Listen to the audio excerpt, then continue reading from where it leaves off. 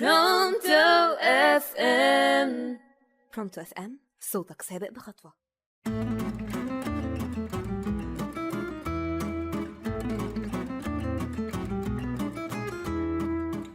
مساء الخير أو صباح الخير حسب التوقيت اللي هتسمعني فيه. أنا مسا ويلا بينا. تفتكر العادات اللي بنعملها في حياتنا دي غريبة؟ غريبة بالنسبة للبعض، والناس اللي عندها عادات تانية أنت ممكن تستغربها وتشوفها غريبة، من أكل لمراسم زفاف أو أعراس أو حتى مهرجانات أو حاجة كده غريبة أطوار أو زي ما بيقولوا weird. تعالى كده أخدك رحلة معايا خفيفة سريعة ببرنامجنا النهاردة، عادات من كوكب تاني. النهاردة كلامنا عن أغرب أكلات الدنيا. مين فينا ما بيحبش الأكل؟ ويمكن أكتر مشاهدات على السوشيال ميديا بتلاقيها عن الأكل، وفي مجتمعنا المصري دايماً بتلاقي معنى الحب بيتمثل إنك تعزمني على أكلة أو العكس. طب إيه رأيك لو قلتلك إنك معزومة عندي في البيت على جبنة أو بيض متعفن أو عناكب مقلية أو فيران مشوية مثلا؟ عرفت صح؟ وطبعاً هتبصلي باستغراب وهترد عليا وبسرعة تقولي إيه يا بنتي القرف ده؟ لا طبعاً مش هاكل القرف ده. ما أنا قلتلك اللي هتشوفه غريب بالنسبة لك ممكن ما يكونش غريب بالنسبة لغيرك والعكس. ويمكن اللي بره كمان يقولوا عليك قليل الذوق وإزاي بتتكلم عن أكلهم بالشكل ده.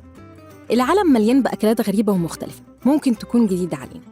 تعالوا بقى نعمل جولة حول العالم ونشوف الأكلات اللي ممكن تخلي الواحد يستغرب. فمثلا نبدأ من الصين، وهناك عندهم حاجة اسمها البيض المتعفن أو بيض 100 سنة. البيض ده بيتحط في خليط من الطين والرماد والشاي الأسود لمدة شهور لحد ما البيضة بتتغير خالص. الصفار بيبقى زي الكريمي والبياض بيبقى زي الجيلي بلون أسود أو بني غامق. رغم إن الشكل ممكن يكون غريب إلا إن الناس في الصين بيعتبروا البيضة دي أكلة شهية جدا. نروح لليابان، هناك أكلة مشهورة بس خطيرة اسمها الفوجو. الفوجو هو نوع من أنواع السمك اللي فيه سموم قاتلة، والطباخين اللي بيحضروه لازم يكونوا متدربين تدريب خاص عشان يتأكدوا إنه آمن للأكل.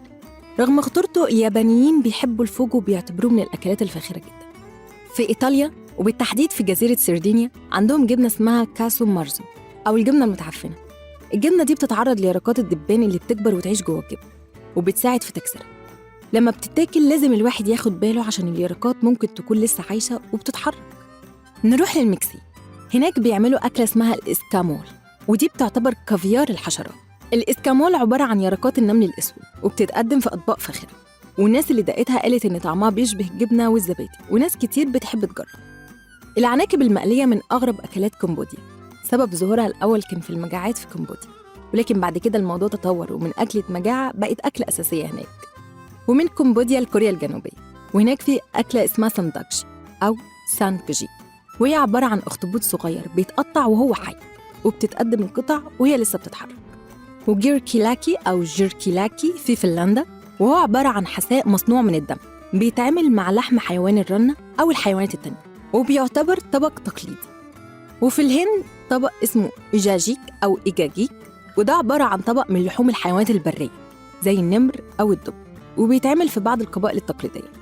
وأخيراً نروح لفرنسا، وهناك عندهم أكلة تعد من الأطباق الفاخرة والشهية جداً في المطبخ الفرنسي، وتلاقي الفرنسيين شهيتهم مفتوحة جداً عليها، وحتى إن في قلق شديد هناك، وطالب أكتر من 500 خبير بمجالات البحث والبيطرة والحفاظ على البيئة حل المشكلة دي. والأكلة اللي عاملة قلق ألا وهي أفخاد أو رجول الضفادع المقلية. أيوه زي ما سمعت كده. الأكلات دي بتورينا قد إيه العالم مليان بتنوع كبير في الأطعمة والتقاليد، رغم إن بعض الأكلات دي ممكن تكون غريبة جداً بالنسبة لنا، إلا أنها أكلات عريقة ومحبوبة في بلادها جداً. تفتكر بعد كل اللي سمعته ده تحب تجرب ولا؟